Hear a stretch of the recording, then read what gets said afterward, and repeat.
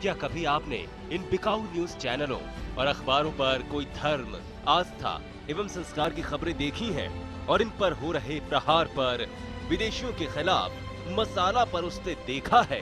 अरे इन बेईमानों और आस्था के कसाईयों से हम किस धर्म और कौन से संस्कार की अपेक्षा करेंगे जिन्हें 75 वर्षीय सम्मानित संत का नाम लेने का भी लहजा नहीं है। किसी ने कहा कि ये मीडिया वाले बापूजी को समझते क्यों नहीं, तो मैंने कहा जो बाप को नहीं समझ सकते वो बापूजी को कैसे समझेंगे?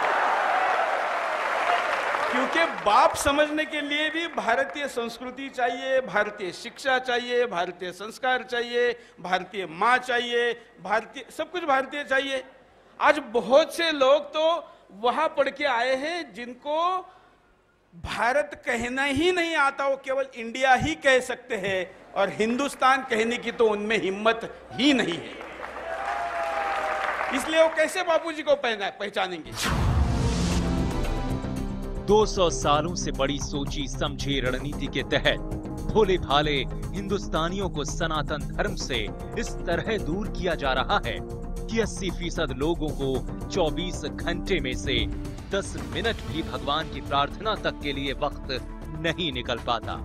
कमाओ, खाओ और पियो की पद्धति ने जीवन को नीरस और दिशाहीन बना दिया है। मीडिया के प्रचार से पाश्चात्य संस्कृति इतनी हावी हो गई है कि भारतीय लोगों को अपनी संस्कृति से भी घृणा होने लगी है।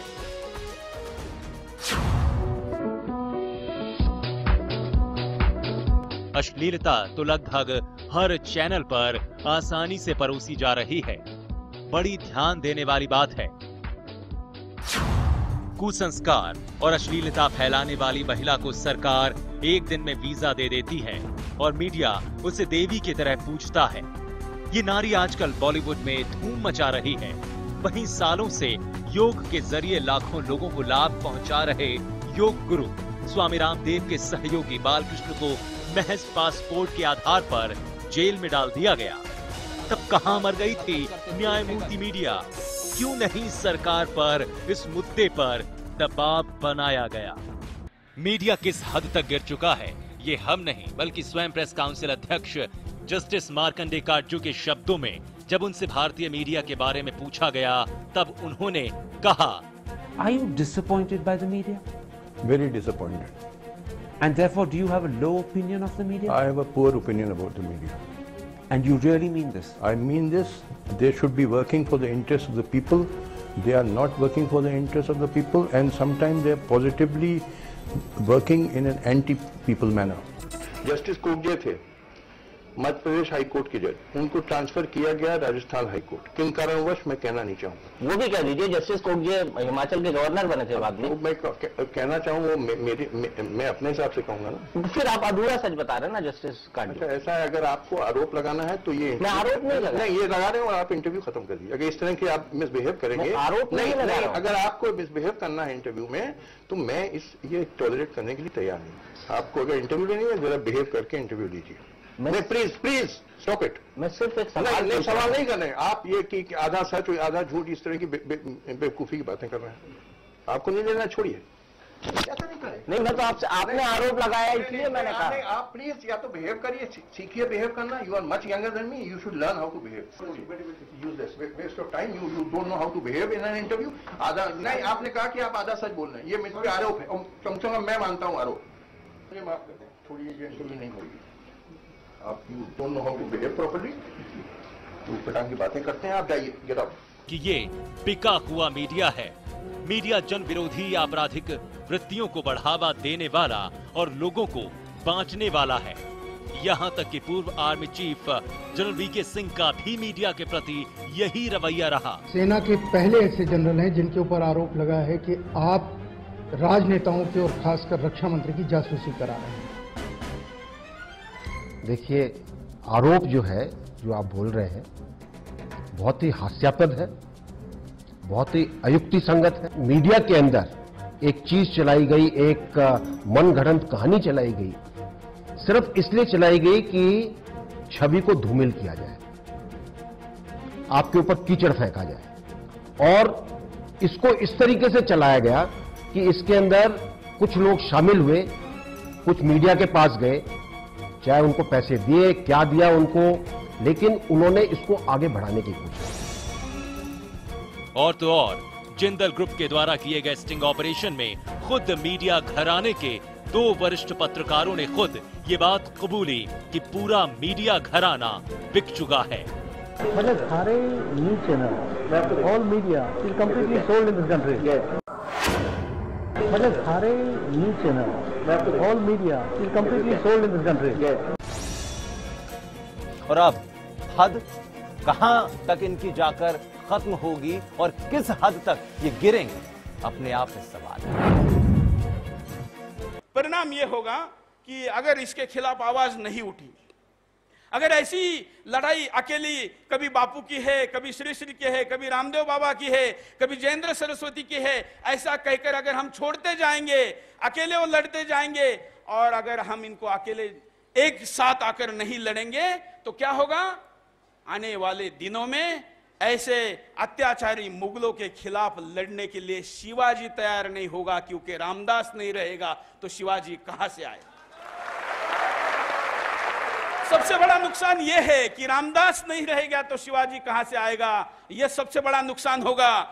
फिर इस देश को गुलाम बनाना सबसे आसान रहेगा। जो पिछले 1200 सालों में संभव नहीं हुआ, वो आने वाले 10 सालों में दिख रहा है। और उस 10 सालों में इस देश को गुलाम बनाने से रोकने में सबसे जो बड़ी शक्तियां है वो आसाराम बापू जी है, रामदेव बाबा जी है, श्री श्री रविशंकर है, जयेंद्र सरस्वती है, ऐसे साधु संत हैं। और जिस कारण ये सबसे ज्यादा टारगेट पर है, ऐसे में हम लोगों ने साथ देना जरूरी है, क्योंकि इनकी प्रवृत्ति तो माफ करने की है और हमारी प्रवृत्ति होनी चाहिए सजा देने की। अब उपाय क्या हो सकता है? उपाय यह हो सकता है, अच्छा एक आप सब कहेंगे कि आपने सारी देश की बातें बताई, व्यक्तिगत इसमें क्या है? तो व्यक्तिगत एक सबसे बड़ा नुकसान है। व्यक्ति अगर संस्कारित नहीं होगा तो क्राइम बढ़ेगा, और क्राइम केवल व्यक्तिगत नहीं बढ़ेगा तो सोशल क्राइम बढ़ेगा, सामाजिक क्राइम बढ़ेगा। हमारी बहनें और माताएं सुरक्षित नहीं रहेगी, बेटियां सुरक्षित नहीं रहेगी, यह भी एक बड़ा परिणाम है। ऐसे में अगर उपाय की दिशा में जाएं तो मैं ये कहूंगा कि ये सारे चैनल 2 कारणों से ऐसा करते हैं। एक तो बड़ा कारण है स्पॉन्सरशिप, दूसरा कारण है इनकी टीआरपी। क्योंकि बापूजी के खिलाफ जब ऐसी न्यूज चलती हैं तो लोग एंटरटेनमेंट चैनल नहीं देखते, उनकी टीआरपी शिफ्ट होकर न्यूज चैनलों की तरफ चली जाती है, इसलिए न्यूज चैनलों की टीआरपी बढ़ती है। तो एक आसान काम है, बापूजी केवल अपने करोड़ों भक्तों को आदेश दें कि जब भी ऐसी न्यूज शुरू हो जाए वो चैनलों को ऑफ करे। जैसे ही चैनल ऑफ हो गया, 6 करोड़ टीवी अगर इस देश के बंद हो गए तो सारे भोंकने वाले बंद हो गए। बहुत सिंपल उपाय, बहुत सिंपल, कुछ नहीं करने की जरूरत। इसका मतलब केवल इतना नहीं करना है, लेकिन सबसे पहले अगर कुछ करना है तो ये करना है, उसके बाद बाकी चीजें करनी है। उसके दूसरा, सोशल मीडिया में ऐसे चैनलों के जो पेजेस है उसको डिसलाइक करें, अपने आप को उससे डिसएसोसिएट करें, उस पर अपनी बातों को रखें। तीसरा, ऐसे जो सम्मेलन यहां पर हो रहा है, ऐसे सम्मेलन तालुका स्तर पर, जिला स्तर पर, राज्य स्तर पर, विभिन्न जगहों पर किया जाए और वहां पर विभिन्न लोगों को बुलाया जाए और उनके सामने ये आंकड़े और बातें रखें। आखिर आज भी टीवी से कई गुना ज्यादा प्रत्यक्ष सत्संग का परिणाम होता है। ऐसे सत्संग अगर आप इस बहाने देश के तमाम तालुकाओं में करेंगे तो सच्चाई भी पहुंचेगी और सत्य और मजबूत होगा। और क्या हो सकता है? तो आने वाले इस लड़ाई के लिए मीडिया में और अच्छे लोगों की जरूरत है, क्योंकि आखिर गंदगी को साफ करने का एक तरीका है कि उसमें और ज्यादा अच्छा पानी डालो तो गंदगी दूर हो जाएगी। इसलिए अच्छे पत्रकार बनाना जरूरी है। हम जानते हैं कि मीडिया तो बस एक मुखौटा है जिसे विदेशी ताकतें और एनजीओ चला रहे हैं, लेकिन मीडिया में काम करने वाले तो हमारी भारत माँ के सपूत हैं। हम उनसे अपील करते हैं कि सत्य और धर्म में ताकत होती है। गीता में भगवान श्री कृष्ण ने कहा है, धर्मो रक्षति रक्षितः, जो धर्म की रक्षा करता है धर्म उसकी रक्षा करता है। चंद प्रलोभन के कारण मिली ताकत का दुरुपयोग कर अपनी आने वाली पीढ़ियों को गुलामी की जंजीरों में न जकड़ें। शक्कर खिला शक्कर मिले, चक्कर खिला टक्कर मिले। नेकी का बदला नेक है, बदों को बदी देख ले। विभिन्न रंग, व्रत, त्योहार एवं मानव जीवन की हर बारीकियों को संवारती भारतीय संस्कृति अनादिकाल से किसी व्यक्ति विशेष द्वारा नहीं बल्कि स्वयं भगवान द्वारा रचित है। इसकी विशेषता के आगे पाश्चात्य संस्कृति की कोई बिसात नहीं है। सनातन संस्कृति व्यक्ति को हर परिस्थिति में स्वस्थ, सुखी एवं सम्मानित जीवन जीने की कला सिखाते हुए भगवान को पाने का रास्ता बताती है। वहीं दूसरी तरफ भोग विलासता और तनाव में अमूल्य जीवन को नष्ट करना पाश्चात्य संस्कृति का ध्येय है। अतः अपने वैभवशाली संस्कृति व धर्म की रक्षा करें। हमारे संतों का जीवन सुरक्षित नहीं है कहीं भी। हिंदू समाज सुरक्षित नहीं है कहीं भी। उसकी रक्षा करने वाला कोई नहीं है आज इस बार। अब ऐसी परिस्थिति में महाराज जी, हम लोग तो यही आशा करते हैं कि हमारे संतों ने आज तक इस देश की रक्षा की है, समाज की रक्षा की है। आप ही पर हमारा विश्वास है कि आप ही कुछ करेंगे तो इस देश के भीतर परिवर्तन होगा। ऐसे ही संत हमारे देश की धरोहर है और भगवान और धर्म के बीच का सेतु भी। इनकी रक्षा धर्म व संस्कृति की रक्षा है।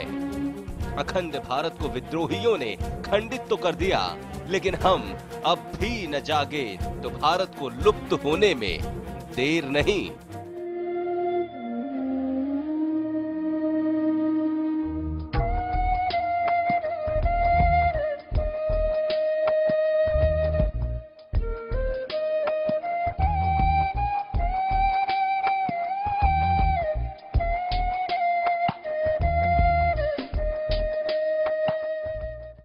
क्या आप साधक हैं?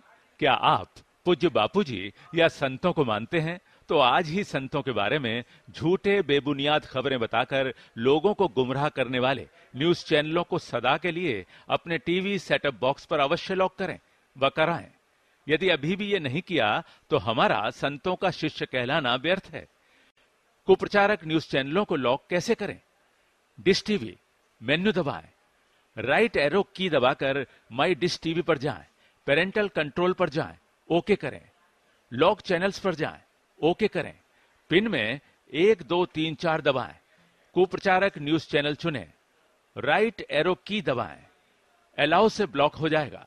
सभी कुप्रचारक चैनलों को इसी तरह ब्लॉक करें, फिर मेन्यू दबाएं, टाटा स्काई ऑर्गेनाइजर दबाएं, पेरेंटल कंट्रोल पर जाएं, ओके करें। पिन में 0000 दबाएं, चैनल लॉकआउट पर जाएं, ओके करें। सभी कुप्रचारक चैनल चुनें।